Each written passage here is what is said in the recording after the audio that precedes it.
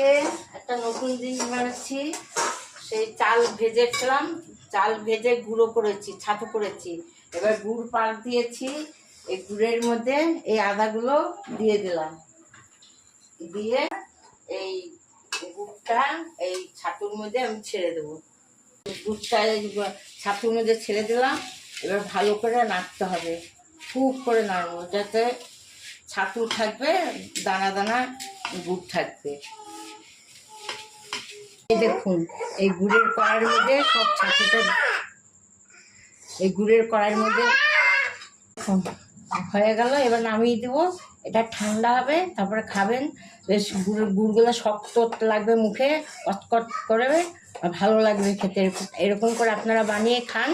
হ্যাঁ, এইভাবে বানান, বানিয়ে এরকম পুরো এইভাবে থাকবে। এটা নতুন জিনিস, সেটা হয়তো আপনারা করেননি কোনো দিন, এর জন্য আমি আপনাদের করে দেখালাম। এই জিনিসটা হয়ে গেল। এরপর আরেকটা জিনিস বানাবো, সেটা দেখাবো। এখন আরেকটা জিনিস বানাচ্ছি, নাড়ু। হ্যাঁ, এটা হচ্ছে তিল ভেজে রেখেছি, সাদা তিল, নারকেল কুড়িয়ে রেখেছি, আর হচ্ছে গরম মশলা গুঁড়ো করে রেখেছি, আর এটা হচ্ছে চিনি। এবার আমি নারকেলটা চিনির মধ্যে ছেড়ে দেব, ছেড়ে দিয়ে ভালো করে পাক দেব। পাক দিয়ে তারপরে আমি তিলটা ছাড়বো। এই দেখুন, নারকেলের পাকটা হয়ে গেছে। এবার আমি গরম মশলাটা দিয়ে দিলাম এর মধ্যে, তারপরে এবার তিলটা দিয়ে দেবো।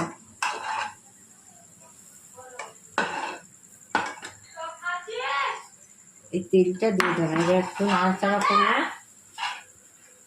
এই দেখুন, এই যে তিল আর নারকেল দিয়ে এটা বানিয়েছি। এটা কিন্তু নাড়ু হবে না, এটা এরকমই থাকবে। আপনারা শুধুও খেতে পারবেন বা মুড়ি দিয়েও খেতে পারেন। বিকালে মুড়ির সাথে মেখে খেতে পারবেন, খুব ভালো লাগবে। শুধুও ভালো লাগবে, মুড়ির সাথেও ভালো লাগবে। আপনারা করে খেয়ে দেখুন একবার। আর একটু দেবেন, ওই গরম মশলার দানা, এলাচের দানা একটু গুঁড়ো করে দিয়ে দেবেন, গন্ধটা আসবে, ভালো লাগবে।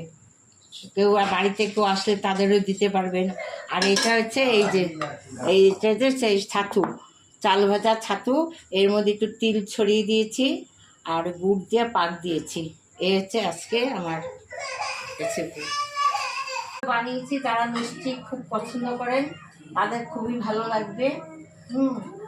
আর রিকোয়েস্ট করছি, আমার চ্যানেলকে লাইক করুন, শেয়ার করুন, সাবস্ক্রাইব করুন।